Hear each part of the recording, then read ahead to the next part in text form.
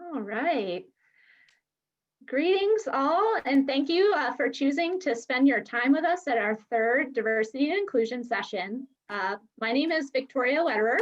My pronouns are she, her, and hers, and I'm Associate Director of Laurentian Engagement. A few notes for today. We are recording this session so that others who are not able to attend will have access to this information. And please know that, as you can see, this is a traditional Zoom meeting, so you're able to have your video on during this session. We ask that you just stay on mute so that our speakers don't experience any feedback issues.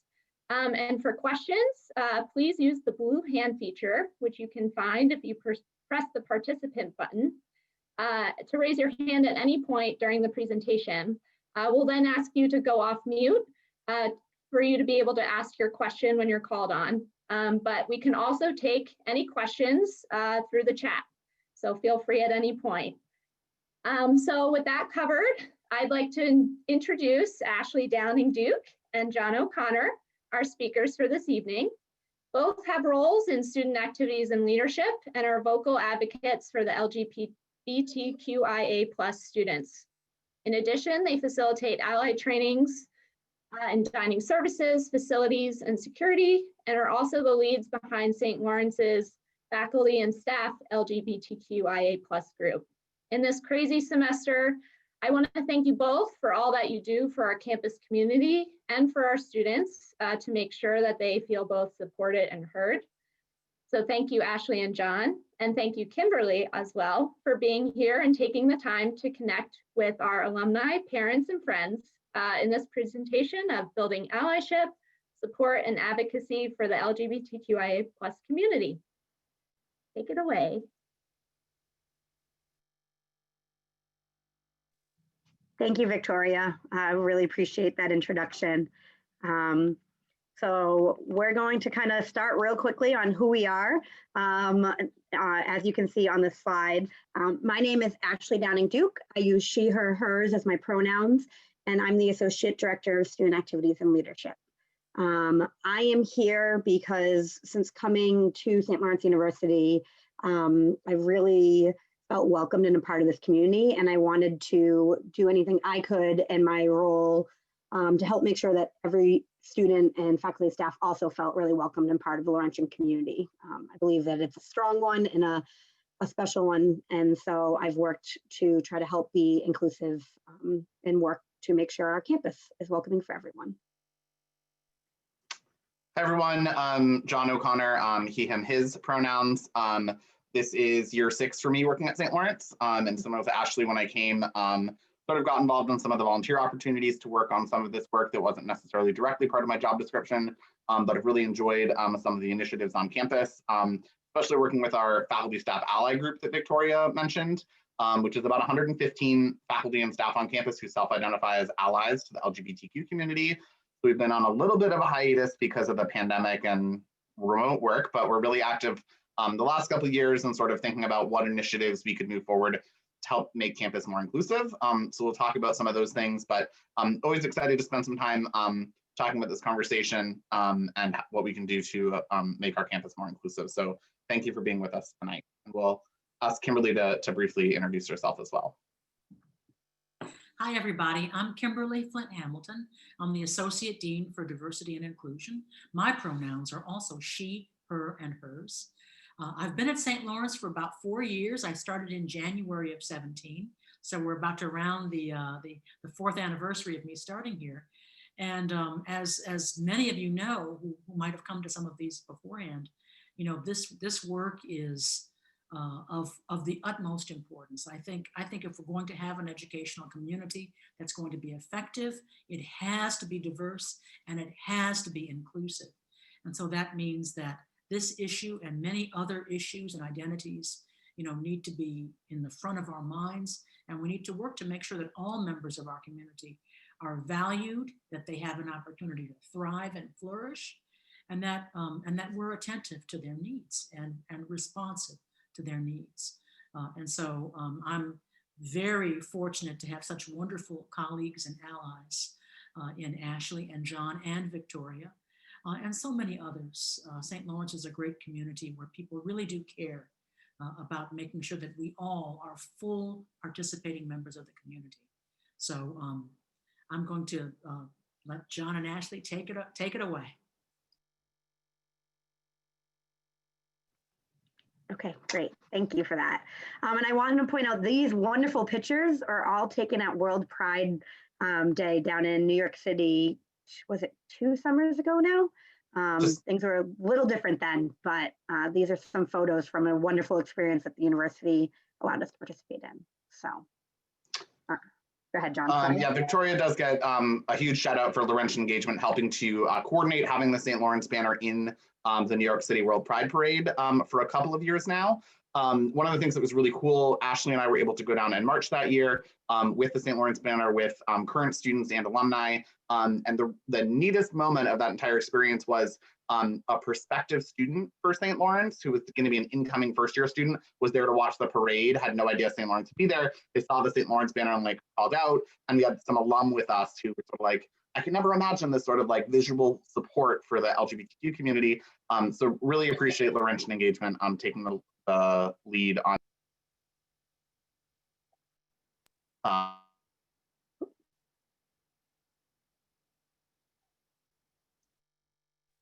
John, I think you got muted, or at least on my end. Sorry. Yep, I did. Okay. So we're going to reflect a little bit on our interactions with the LGBTQ community. We'll talk a little bit about language, because that's something that there's a lot of different terms and things that come up that often change quickly. We want to talk a little bit about what we learned from our campus climate survey a couple of years ago about the queer community on our campus. Discuss some microaggressions that often come up for members of the community, and then a little bit more on allyship. And then we will leave plenty of time for questions and discussions. But as Victoria mentioned, if we're going too quickly or we use a term that we don't explain and you want to jump in with a question, please feel free to do that at any time. Yeah. And I will say also, we don't know people's experience that are in the room. And so for some of you, this might be a great review. And for others, this may be your first time you're ever talking about these conversations. And both are okay. But we just want to, we're going to try to meet somewhere in the middle. So don't be afraid to ask a question, because I'm sure if you're thinking of it, someone else might also be thinking of it. Great. So usually when we're in, pre-COVID in a classroom environment, we'd be like, take out a piece of paper and jot down some notes on these prompts. We just want to give you just a minute to think about when's the first time you can remember learning that some people are lesbian, gay, bisexual, or queer? When's the first time you can remember learning that some people are transgender? And how have your impressions or understanding of the LGBTQIA community changed or evolved over time? So we'll just give you just a minute to think about those 3 questions. You don't have to have an answer to all of them, but just think about these or jot a note to yourself. We'll just ask if anyone has something kind of come to mind. So we'll give you about 30 seconds to think about these. Again, we're not going to ask all of you to answer all of them, but just sort of think about those 3 prompts and what comes to mind for you.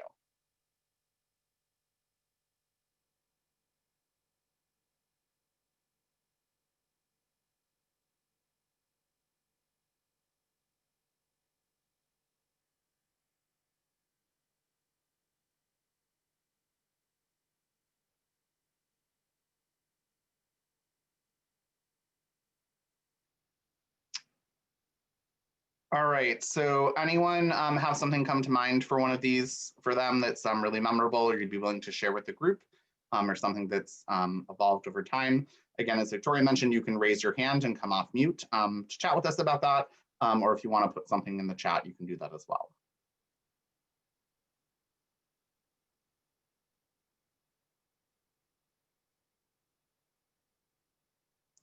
I know that a lot of times for these, we think of representations in the media are sometimes the first time that an individual might be like, oh, that character, or things I know that, and depending on your age, that can be sort of a different thing of what was the pop culture at the time that sort of was representing, queer culture in mainstream media.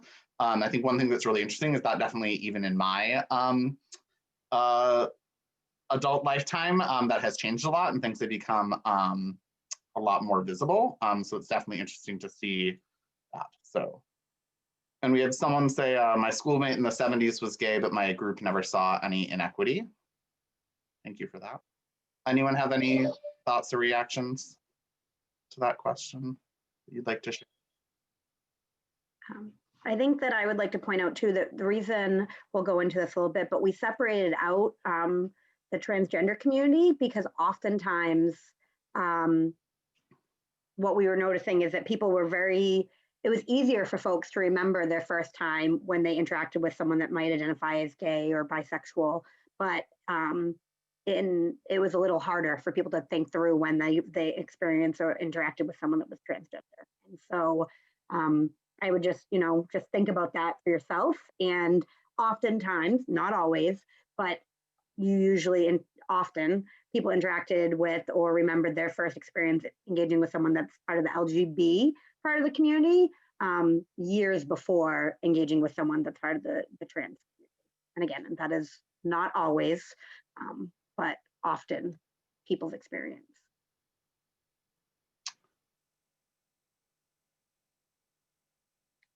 So someone said in the chat, age 8, meeting my uncle and his partner. He was estranged from most of our family, but close to dad. And then someone else mentioned in the early 80s because of the AIDS crisis, but don't remember the first gay person I met. Now you have close friends and family who are part of the community. So appreciate those reflections, and it sometimes can be family and sometimes can be something resistant, but as we continue our conversation, I think sort of continue to think about where have your impressions about the queer community come from, and how might those change over time. So you all might have noticed that all of us as facilitators tonight have some pronouns after our names, and we introduced ourselves mentioning our pronouns. So Ashley's going to talk a little about why we did that. Yeah. Okay. So pronouns for many folks are a way to identify when you do not use a person's name. So instead of a name, you would say like, this is their water bottle or her water bottle. And for a long time, folks would look at someone on their outside expression and determine what pronouns it should be assigned. And so there was a lot of assumptions being made and a lot of gender stereotypes based off of just how someone looked, whether or not to say that is his water bottle or her water bottle. And as a community, we have worked to really try to be more inclusive and allow an individual to claim that and to really say, this is how I'd like to be referred to. And so for me, I have she, her, and hers. And so instead of saying Ashlee all the time, if you didn't know my pronouns, I put those in my name signature on my email and on Zoom now in the world that we live in. So folks know, so they don't have to guess or don't have to make assumptions by just how I appear. And so that is definitely just one way as a community we have worked to really allow people to self-identify in a way they feel comfortable. So we have she, her, hers, he, him, his, they, them, theirs, and z, zer, zers. These are the most common examples, but they're literally hundreds of different pronoun examples that people can use. These are just the ones that are most common nationwide, and also probably I would say on our campus. I haven't heard of others that students are currently using. So. And I think it is in US culture very common that for a long time we were sort of like, there is a gender binary, it is male or female. And what we're learning more and more is that there are also individuals that identify with neither gender. So they might be non-binary or individuals that are gender fluid and sometimes identify with both the masculine and feminine. And so that's why in particular in younger generations coming to college today, it's a lot more accepted to talk about, I think I might be non-binary, maybe I'm androgynous and don't identify with either gender. And so that's why we've definitely seen on our own campus an uptick in individuals that might say, I'm going to use they, them pronouns because I'm not sure if, the gender binary is what I identify most with. And so that's why we do really try to connect with that. So there was a question in the chat about Z being new and sort of what does it reference or mean or the thinking behind it. Again, I think as we think about breaking away from the gender binary, it was trying to come up with something that was a distinct modifier for a gender neutral pronoun that wasn't associated with either gender. There has been some, they, them is pretty widely accepted now, but originally there was some discussion around grammatically using that in some situations. So I think that was one of the reasons why people also proposed Z as another alternative for a gender neutral pronoun, which stands alone. Is that right, Yeah. Ashlee? Yeah, no, that's exactly what I was going to say. I was going to just say that they, them got pushed back from several locations, but the English community saying that's for more than one individual. We can't use that. And so these are theirs was kind of their way to say, okay, well, then we'll come up with a singular option that is less gendered. And we'll talk about this a little bit more, but I also will mention that these can change and often do for individuals. And it can be really important it is really important for someone to recognize and to use the pronouns that they identify with. And I also want to add that, just from my personal perspective, I haven't seen Z used as frequently as other pronouns, including they, but it's been around for at least 10 years. The very first time I was exposed to someone who wanted to use Z pronouns was a little over a decade ago. So it's been around a while. It just hasn't been, as much used in our communities. So in doing our campus trainings, there's lots of different terms that come up.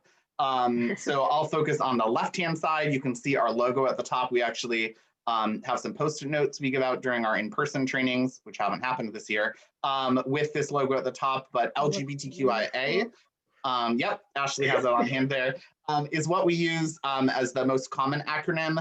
And so I'll talk about each of those in that acronym, but the plus really encompasses everything on the right-hand side of the screen, a lot of other ways to sort of identify and help sometimes have a way to use a term to identify that helps individuals understand how you experience sexual and romantic attraction.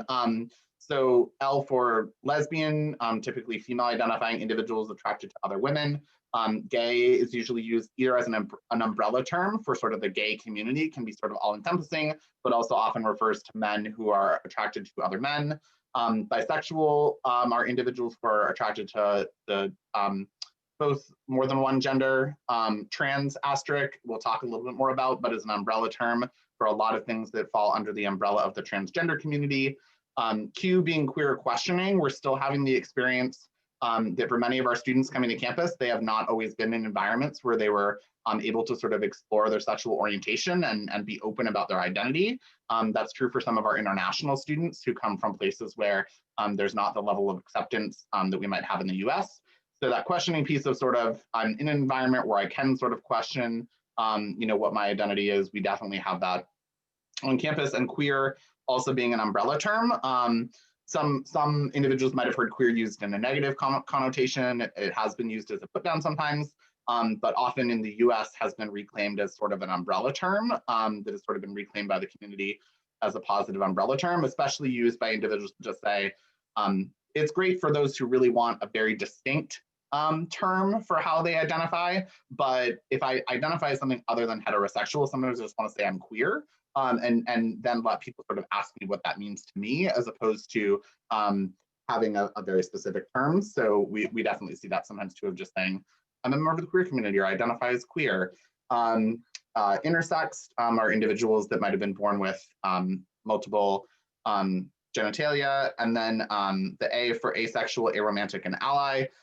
There's sometimes controversy of saying that ally doesn't really give you membership in the queer community, but we do always want to acknowledge that allies are a really important part of the work that we do on our campus.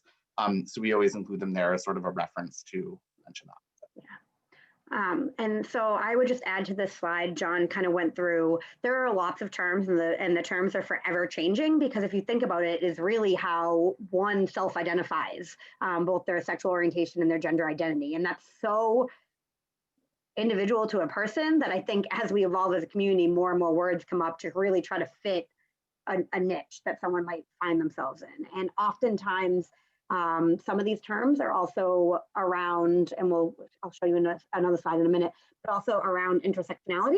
And so they might be commonly used in different parts of our world, for example, or different things. And so also the flag, I just want to point out that how we're always changing. The rainbow flag has always been what most people know and identify as part of the queer community.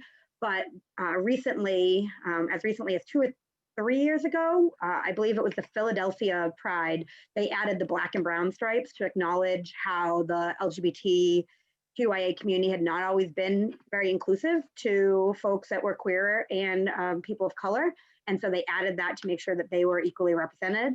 And then the other flag, the white, pink, and blue, is specifically for trans folks. And so that flag is now becoming much more commonly used to really be more encompassing and inclusive of everyone part of the community. And so we are not going to go through all of the terms that are on the slide. This is not a vocab quiz, vocab lesson tonight.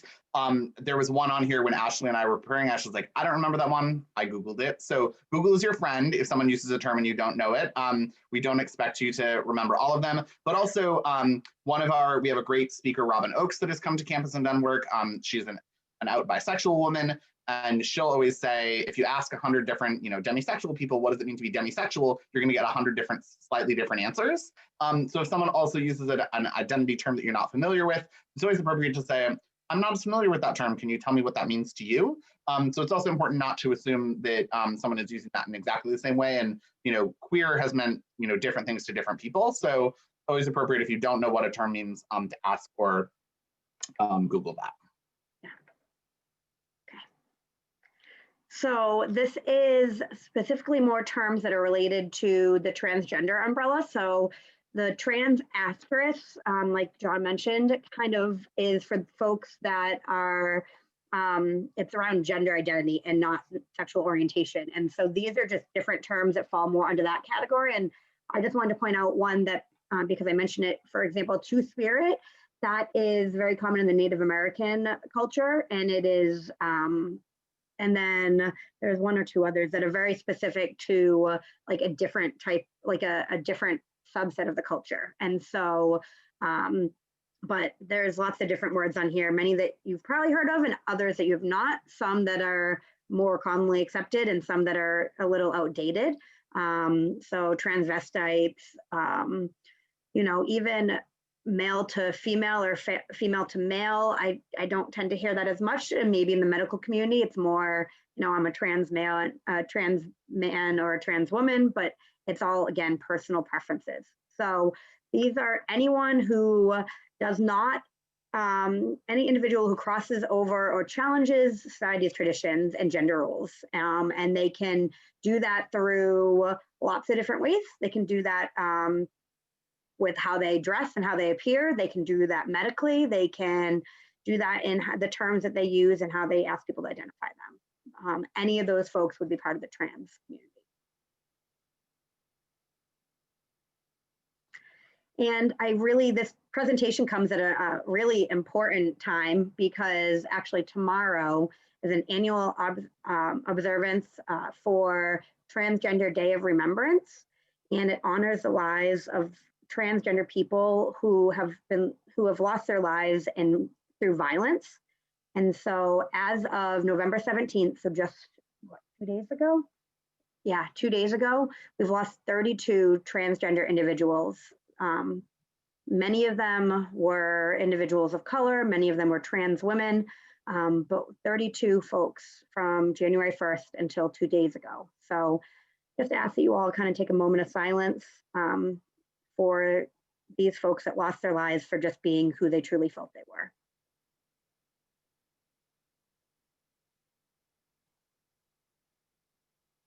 Thank you for that. Tomorrow on campus, we will be ringing the bells at 3 p.m. 32 times to remember everyone who's lost their lives on the actual day. So wherever you are tomorrow at 3 p.m., if you also as a Laurentian can just pause and do another moment of silence, you'll be part of the community too. So we appreciate it.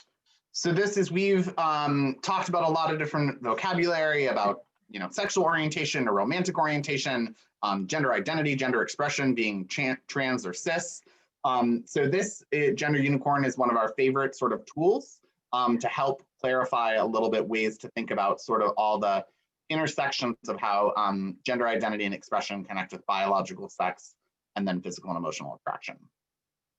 So I usually look at this slide from the bottom up, and the bottom two are who you are. This is your sexual orientation part of the queer community, and it's who you are emotionally attracted to and who you are physically attracted to.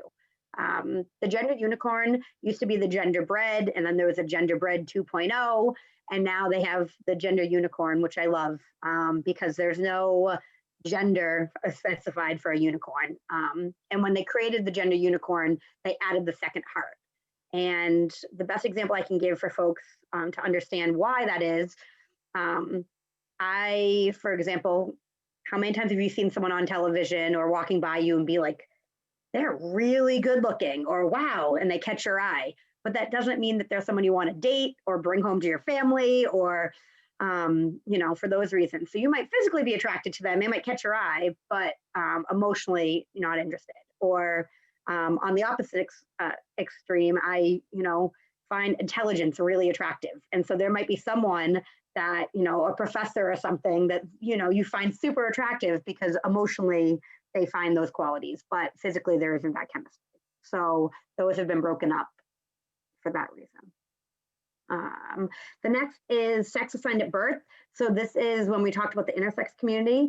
This is literally when you were born and the doctor or the nurse or whoever looked between your legs and said, oh, it's a male or it's a female. It is literally biologically what you are assigned. Intersex is a term that actually is as common as people having red hair. So if you think about your friends and your family or your neighbors, if you know someone that has red hair, you most likely know someone that also is intersex. It is a community that is not talked a lot about and is very much still evolving as we learn more how to make sure these folks feel comfortable not being in the gender binary. And then the top two are more for those that identify as part of the trans community: gender expression and gender identity. So gender identity is really about how you wake up in the morning and how you identify.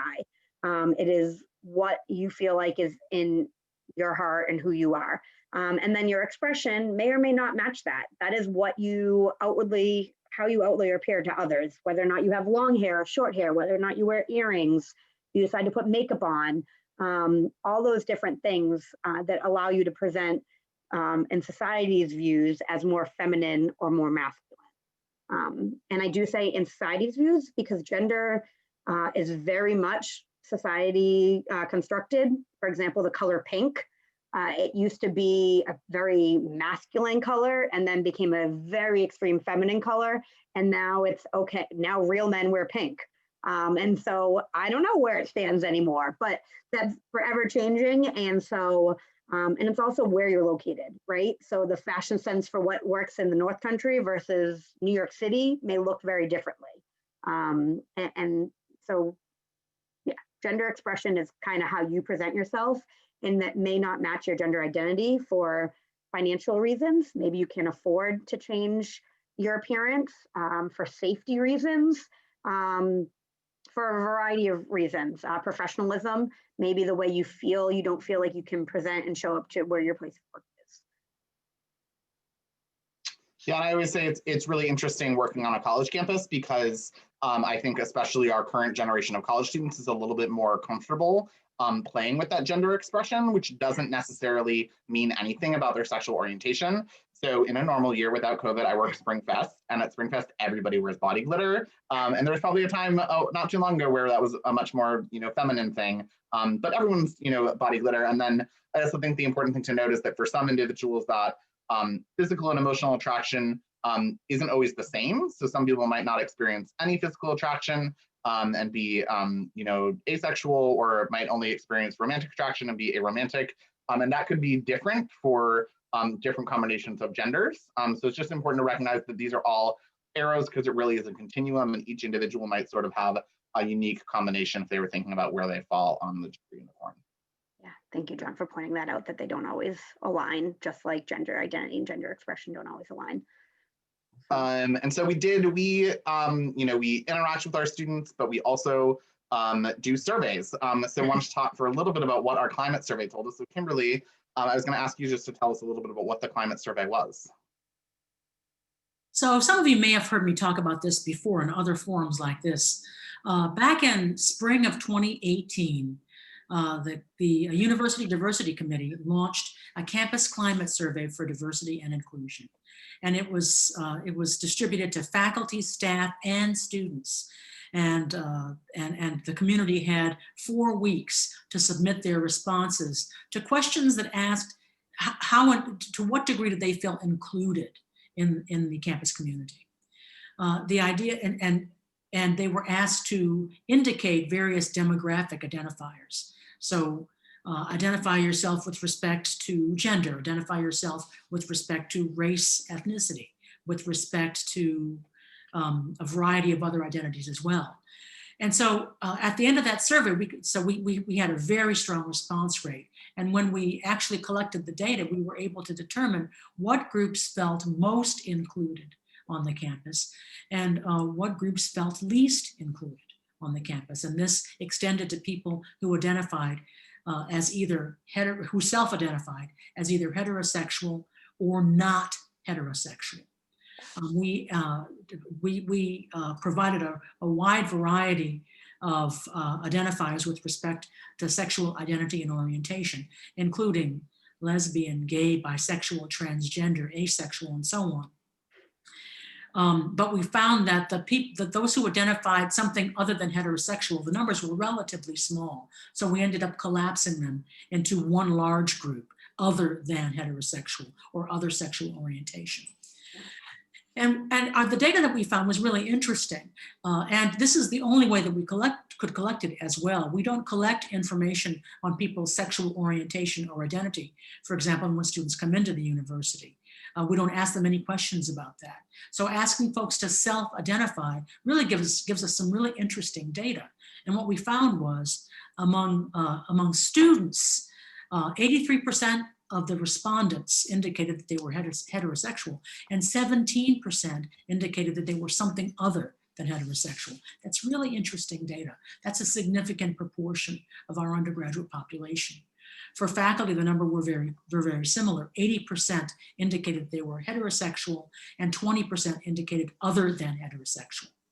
A little bit of a disparity with staff, administrative staff. 90% indicated heterosexual, and 10% indicated other than heterosexual, and hourly staff 85% and 15%. So this is really interesting and important data, and it tells us that we really need to continue to develop programming that aims to raise awareness about the needs of this population, to increase inclusion, and to make sure that these populations don't get lost in the shuffle.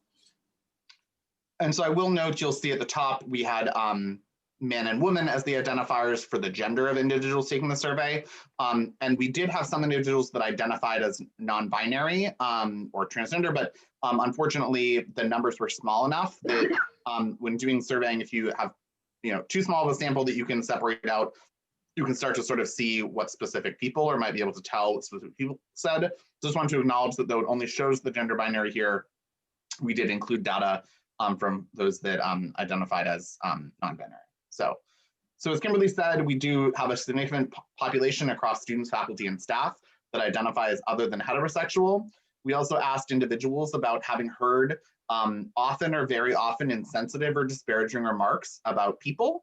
And you'll notice that a particular gender or gender identity was about 16%, and of a particular sexual orientation was about 13%. So we are hearing that individuals are hearing disparaging remarks or insensitive remarks related to gender or related to sexual orientation, which is one of the reasons why it's important for us to continue this work. And then we also noticed, that you can see these bars are, have you ever experienced discrimination or harassment? And so just a much greater experience by students that identify as other than heterosexual compared to heterosexual students, and the same for faculty, and also the same for admin and hourly staff, though not quite as drastic of a difference.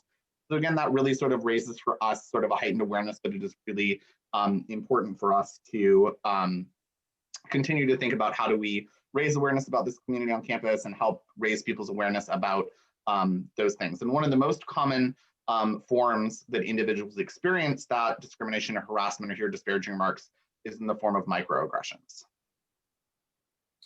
So a microaggression is, the definition is here, it's a subtle but offensive comment or action directed at a member of an underrepresented or non-dominant group that is often unintentional, or that might even be made in an attempt to say something positive, right? But unfortunately, it reinforces a stereotype. And so here are some examples. For somebody may say to somebody of African descent, maybe in an attempt to pay a compliment, right? I don't see you as Black. But a comment like that suggests that there's something wrong with being Black. So why would you, so why is that a problem? Why would that be a problem? You're pretty athletic for a woman. Again, why the qualifier? Why can't you just be pretty athletic? And then you don't seem gay to me. There are different ways of being gay. Why would you make a comment like that? Why would you say I don't seem gay? So Ashlee, you want to take this one? Sure. So here are some examples that are microaggressions specifically related to the queer community. And, you know, so you are so Jack on Will and Grace. Actually, I'm Grace is what the comment is. And then, are you a man or a woman? You're bisexual. Doesn't that make your partner feel insecure? Have you ever had real sex? So who's the man in the relationship? So these are just examples of things that have been said or things that can be said to folks that just really undermine who they are as a person or make their relationship seem less valid or less important because it is not how someone else thinks it should be. So, you know, are you a man or a woman? Well, maybe neither, or maybe both, or maybe I'm not sure. But why are we asking someone to have to choose how they identify that? Or so who's the man in the relationship? What if they don't want a man in the relationship? What if they're very happy with two women in the relationship? And what does it mean to have a man in the relationship? Does that person have to look a certain way, act a certain way? So those are just some examples, you know. Okay, yeah. So we're moving on to some mental health. That is obviously a topic that's extremely important all of the time, but especially during COVID right now, as many individuals are struggling. And so nearly half of the transgender population has either thought of or attempted suicide in their lifetime. That's 9 times higher than the average. So half of that population has either thought about it or attempted suicide. LGBTQ individuals are 2 times more likely as heterosexual individuals to have a mental health condition. So they're twice as likely to be struggling with some mental health and to have a condition, an underlying condition that they are working through. And then suicide is the second leading cause of death among LGBTQ plus individuals ages 10 to 24. So those are the people that, you know, that's our college students. They fit within that realm, that age range. And so they're coming to our campuses, potentially already have thought of suicide or attempted suicide. They're coming to our campuses struggling with the mental health condition. And it's things that we need to be aware of so we can continue to make sure that they feel welcomed and part of the community and that we have the right resources to support them. So we wanted to talk a little bit about allyship as we wrap up. So we sometimes talk about this with students, but being an ally is not a noun. It is an identity, a label, or a thing to claim. Being an ally is taking action, making a stand, doing something to make a difference. By standing up against oppression and marginalization, you are an ally when someone else recognizes you as an ally. So that's really what our faculty staff ally group has been about coming together and saying, what can we actually do to change or bring more or have more conversation on campus? Because sometimes just going to a training and then having the sticker up is a good first step to say, I'm open, I'm an ally, but it does take sort of continued action. So we sort of usually break that down for any of our trainings on campus to talk about these sort of 8 things that are really keys to being a better ally. Yeah, so these are just some key steps. Listen, if someone wants to talk to you about their identity or has questions, make sure you listen and listen actively, give them your full attention, and try not to be distracted by the things that are going around. Be open-minded. It is important that you go into any conversation with an open mind and without having preconceived notions. That's hard to do, but try to do that when you are having a conversation.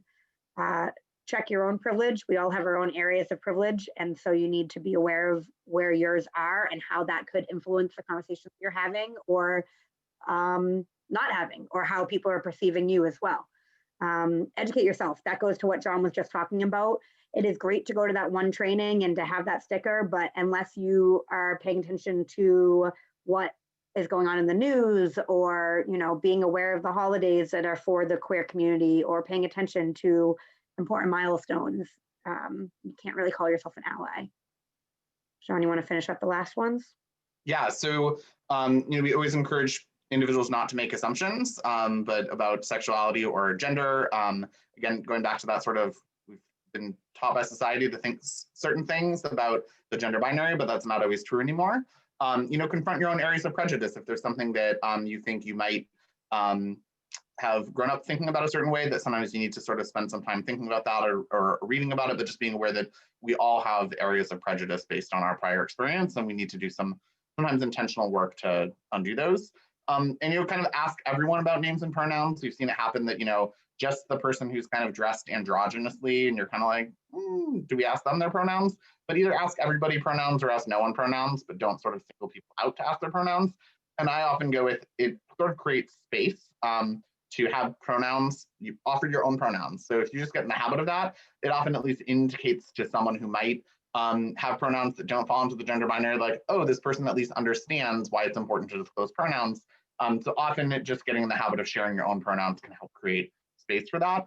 And we all mess up and forget things. Individuals who sometimes on our campus come out as transgender and then are using different pronouns. Sometimes if you met them using one pronoun, you can flip up and use the wrong pronoun.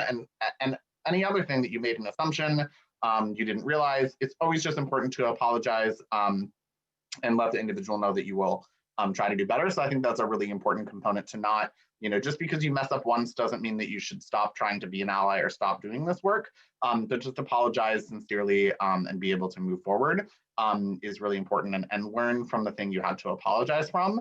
And as long as you're putting in that intentional effort, I think that's what we can expect. And I would add that we change ourselves, like as we ourselves grow and mature, but then the world around us changes and our students change. And so, it's more likely than not that we're going to make a mistake from time to time. Correct. But just, lean into that mistake, learn to apologize, and apologize genuinely. And people will recognize and appreciate that you're making an effort. So this is one of my favorite quotes by Brene Myers. Diversity is inviting everyone to the party, but inclusion is asking them for a dance. So diversity, great. For example, with our St. Lawrence community, you're all Laurentians, and that's important. But inclusion is going out of your way to make sure they feel welcome enough to dance. They feel welcome enough to be part of that place. And so that is how we wanted to end tonight. And we want to have that's why we kept it as not a panel, but as a way to engage and to answer questions. And I know there's some things in the chat already. So we're hoping for the last 10 minutes or so to have some just general conversation and try to answer things, because we went through all of that pretty quickly. Yeah, I will say the first question there, would it be appropriate to always specify your pronouns in your introduction to spread inclusion?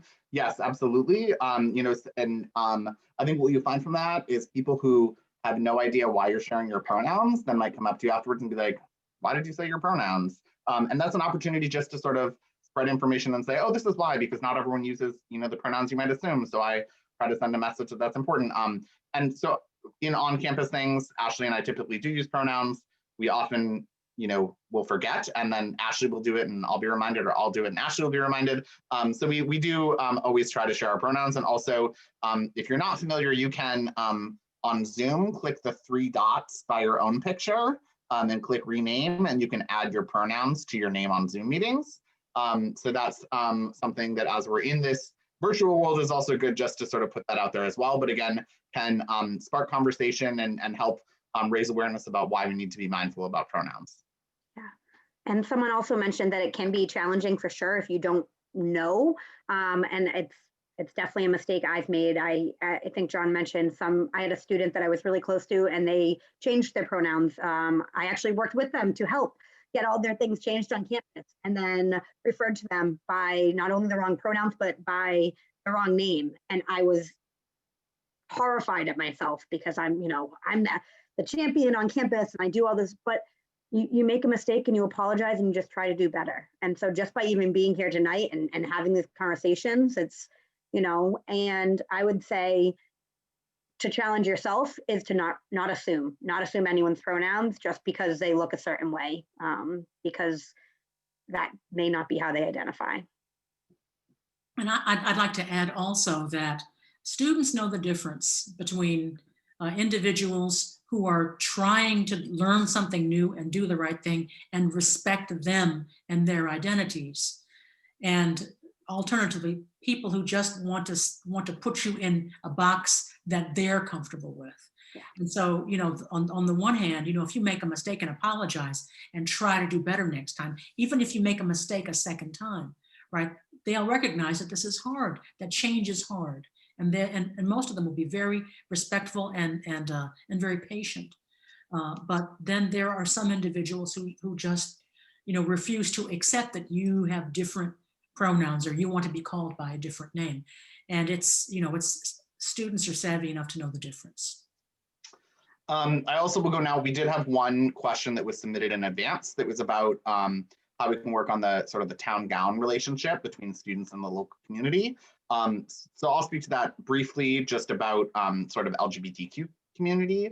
And I think it has been a great step forward that Canton has raised the Pride flag at the town office the last 2 Junes for Pride Month, which is really exciting. I think even prior years, we haven't always had students on campus or many students on campus in the summer, but we are doing a more robust summer term this year. So I think that will be an important thing for students to see that. And I know the new Planned Parenthood Center downtown has had some really sort of visible symbols of sort of inclusion for LGBT community.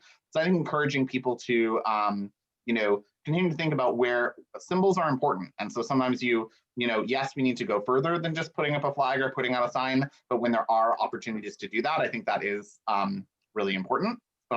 So I think those are some things to think about, but also, opportunities for that. I don't know if Kimberly, you have anything you want to add to that? I underscore everything that you said, John. I can, the more and more and more community members, both in Canton and Potsdam, are articulating their value and their support for the LGBTQIA community. There's a Pride March in Potsdam that's been taking place for at least the last couple of years. Mm-hmm. And so all of these things are ways to communicate to our students and faculty and staff, not just at St. Lawrence, but at the associated colleges as well, that this is an important issue and that we are supportive of these issues and that we want to foster inclusion in our communities. So looking for thank you to everyone who's putting appreciation in the chat.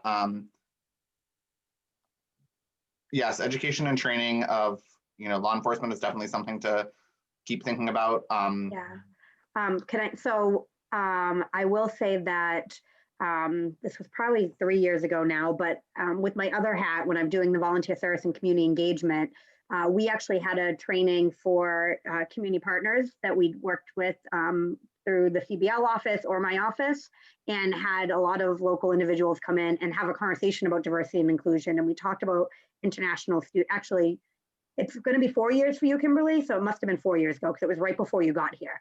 So it was probably fall 4 years ago. And so, I think moving forward, maybe that's something to, again, to think about is those locations where our students are constantly engaging with, and how can we make sure our, that day we focused on the international students, our queer students, our students of color, and we talked about what that looks like and how businesses and how nonprofits and local communities what they can do to be inclusive. So.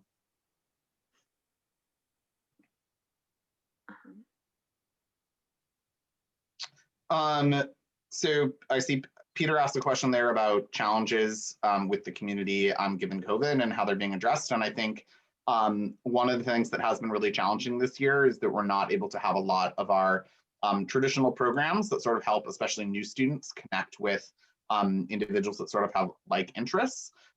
So I think we tried to be creative with how we still hold a virtual organization fair. We didn't talk a lot about them, but our student organization Spectrum is a great partner in thinking about this work and creating space for students to connect with other students that are open in the LGBTQ community.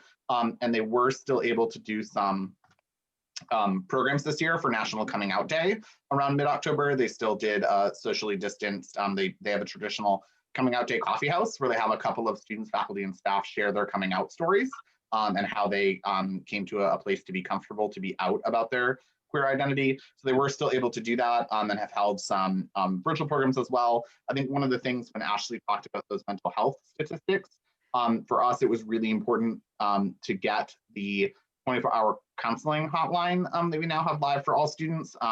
Just knowing that students aren't going to make some of those informal connections as easily this year that might be support systems, but also creating space for the hotline. I don't know if Ashlee or Kimberly would add anything to that. And we also have a person now that's part of our health and counsel center that identifies as part of the queer community themselves. And so I think also having someone that has part of that identity has made other students feel comfortable going to, not that our counselors were not doing that before, but I think representation matters. And so that really has helped a lot. And I agree. I think that there's more work to do. There always is. But I think that we are coming a long way. I think the mental health piece, something to think about is a lot of times our students feel comfortable on campus, but because of COVID, they spent a lot more time at home. And sometimes home for them may not be as inclusive or as welcoming of a space. And so I know of several students that really struggle and are kind of like forced back into a closet. And that can be a big challenge. I think what we've tried to do is offer the counseling or still doing those individual check-ins for those students. It's not perfect, but that's more individual one-on-one check-ins to make sure they're doing okay wherever they are, even if they're not on campus. And I do have a couple things to add. First of all, we have a bias incident reporting process, and this is a process whereby members of the community, students, faculty, and staff can report incidents that they believe are biased or that involve discrimination or harassment based on protected identities. And LGBTQIA+ is a protected identity. So community members have the opportunity to report when something happens that they feel was disparaging to them about that aspect of their identity. And we've received a couple of reports. And this continues, even despite COVID. This is an opportunity that students have to let us know and to give us an opportunity to address the issue. And for faculty and staff, I started about a year ago, I started a program called a Fellowship Brown Bag Lunch Program, where I invite faculty and staff who identify as LGBTQIA or who identify as faculty staff of color, BIPOC faculty staff, and I just added international faculty staff, to come to a brown bag lunch and just have fellowship, talk about whatever's on their minds, whether it's related to their identity or whether it's just relaxing in a safe environment. And I think that has made it a lot easier for faculty and staff to sort of learn more about the community, learn more about where areas of support are, and learn about, when things go wrong, when there is a challenge, how to go about addressing that challenge. And I think it's been going on for about a year now, and I think people really are appreciative of it. Sorry, I just thought of something. One more suggestion for those folks that are working on trying to be a better ally. It's that assumption piece. So I am married to my wife, Jordan, is a SLU alum. Her name is Jordan, and it is daily where I have to choose whether or not to say she's a female or a male. Daily where like I take a phone call or something happens and it's whether or not like, oh, I cross out papers and forms at the doctor's office when it says like mother and father and have to change it. And so I would just say, as you're working on your own allyship, if that's something you're hoping to do, just try to be more inclusive because that language makes a difference. Whether it's partner or I'm fine calling her my wife, but making sure that, just don't assume when I say I'm married that I'm married to a man. And so I would say that's a great example that can be worked on here locally, but wherever you are, and trying to make sure your language is inclusive and welcoming, because it can be hard then having to choose whether or not you want to have that awkward conversation. We do in our campus allyship training that might be a little bit longer than this for content. We do talk about intersectionality. That sort of goes back to the reference to the Black and brown lines on the flag, that we recognize that students that have a non-white identity and a queer identity, that definitely gives them a really unique lens and experience. And sometimes we have heard in our campus that sometimes students sort of feel they have to choose, do I want to be active in the LGBTQ community on campus, or do I want to be active in, our Black Student Union and some other groups? And so that's definitely something that we work on in our trainings and conversations with students about thinking about intersectionality and how we want you to be able to own all of your identities and how that contributes to your unique experience. But it's definitely something that is not always easy and doesn't have a perfect solution, but we recognize that as an important thing to be part of our campus conversations. And we address it too when we do new employee orientations, and we'll work with faculty as well.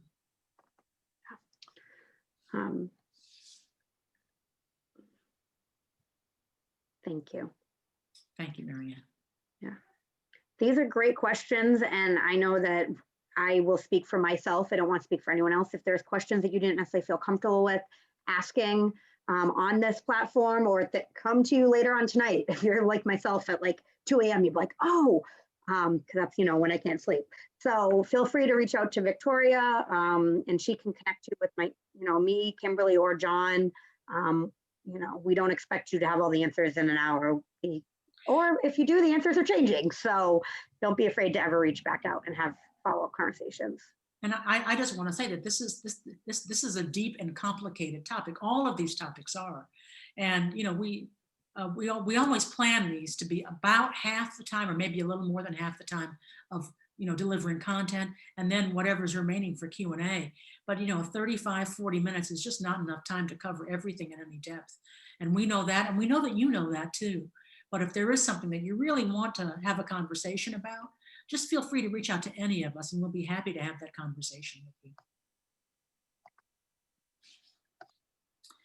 Yeah, I don't know if I have, I mean, showing up to things like this is a great thing for alums to do. I think, we've had other opportunities for, sometimes when Spectrum might be looking, we had a LGBTQ alumni panel last year that Kimberly helped organize. I think that must have been last fall because it was pre-COVID and people were physically here. But I think, maybe in our continued sort of virtual programming, if individuals that might want to sort of, be vocal or support things, letting Victoria know you're interested in volunteering or at least making those connections, I think is good. And it's not really Victoria's side, but you can always donate to the university and designate it to LGBTQ programming, because it is true that, we don't have that's the thing that Ashlee and I are always like, is it in my job description to do LGBTQ? We don't have a designated program coordinator for LGBTQ services that many universities do have. And so we're always looking for more resources to be able to support Spectrum and do things. So if you ever have, the resources to do that, we always appreciate gifts to the campaign for every mention designated for LGBTQ programming. Yeah, and I will say also real quick that I know an area of interest for a lot of folks has been connecting with alum that also might be part of the queer community, in particular around the working world. Sometimes when they've been in their SLU bubble, they're really nervous about like simple things as like what to wear. Like, is it okay if I identify as female and present as female, but I hate wearing dresses? Is it okay if I come in, like, can I wear a business suit? Or if I don't want to, just things like navigating some of those conversations can be really challenging. So if you yourself are part of the community or know of alum that are part of the community, volunteering and helping answer some of those questions, because a lot of times our students are not sure who to talk to or how to ask without being judged. And I'll jump in too, John, that was great. I think that's a great plug there, thanks. But there's, I think just in terms of engagement, I know that our office is looking at how Laurentians as a whole can be involved in allyship. So, you know, in a normal year when we are at the Pride March, you know, anyone and everyone is welcome to come to that event. It's an awesome time, and there are, you know, there are certainly multiple marches around the country and around the world. So wherever you are, you know, however you can be involved in your local community, that's even a great point of allyship. But if you want to come to the SLU specific event, you know, everyone is more than welcome if you're able to. See, I know we actually we'll have to talk about Boston, because Boston certainly is a big area with a lot of alums. We have quite a few there. So that's certainly something I'd be open to discussing with individuals in the future. But we're also looking, as Ashlee said, at kind of that mentorship piece. So I know Kimberly and I actually were talking with someone in the Center for Career Excellence today about organizing some directed panels where we could address those questions that Ashlee was kind of posing of, how do I navigate a workplace, or, you know, what do I have to think about in a job search, you know, to be able to kind of have those individuals connect with students and, you know, just talk about their experiences. So we're helping to try to build those up a little bit more. And then I will give a plug to Laurentian Connection, which is kind of like SLU's version of LinkedIn. If you have not, everyone is able to set up a profile on that. And we actually have specific affinity groups in addition to our broad umbrella group ideal, which is inclusion, diversity, and equity across Laurentians. So if you're just an ally and you want to stay connected to these topics, certainly that's a group you can join. And then we have those other 3 affinity groups for alumni of color, LGBTQ alums, and also international alumni. So, you know, that's just another area as well where we're looking to kind of build and increase, you know, the connections that alumni are able to make with other alums, and, you know, alumni are able to make with students too. So definitely, if you have ideas though that, you know, I haven't mentioned, certainly be in touch, because I think we're always looking for ways that we can improve as well. And I just want to say that I really appreciate your participation and your willingness to connect through events like this, and can keep coming to events like this to learn more about not just these identities, but other identities and other challenges and aspects of diversity and inclusion, to raise awareness, you know, across the board. And that makes a big difference. Just learning more and by doing so, getting more ideas about how to engage and how to support inclusion, not just on in the SLU community, but in your own communities as well. Ashlee is always double, if not triple booked. So she is running off to another presentation. But I think Kimberly and I are free to stick around for a few more minutes if there's any other questions. Thanks, Ashlee. Hi, folks. Thank you. Thank you, Ashlee. Yeah, so certainly if there's any other questions, feel free to chime in. Yeah, we'll keep the floor open for a few more seconds.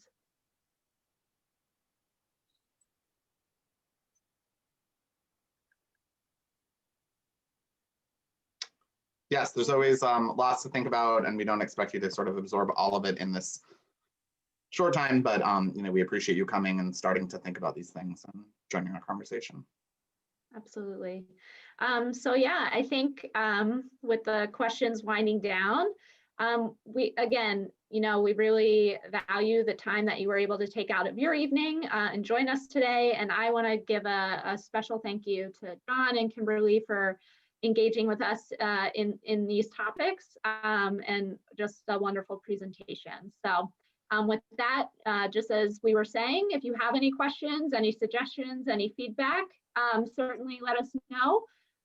You know, our emails are available, and I will certainly look as well to be able to provide the slides and any resources that were there in a PDF format. So We look forward to having you at an event in the future, and I hope everything is still well for everyone out there. Thank you so much, And I hope have a good night. I Yeah. hope you have a safe and healthy holiday. Yes. Take good care.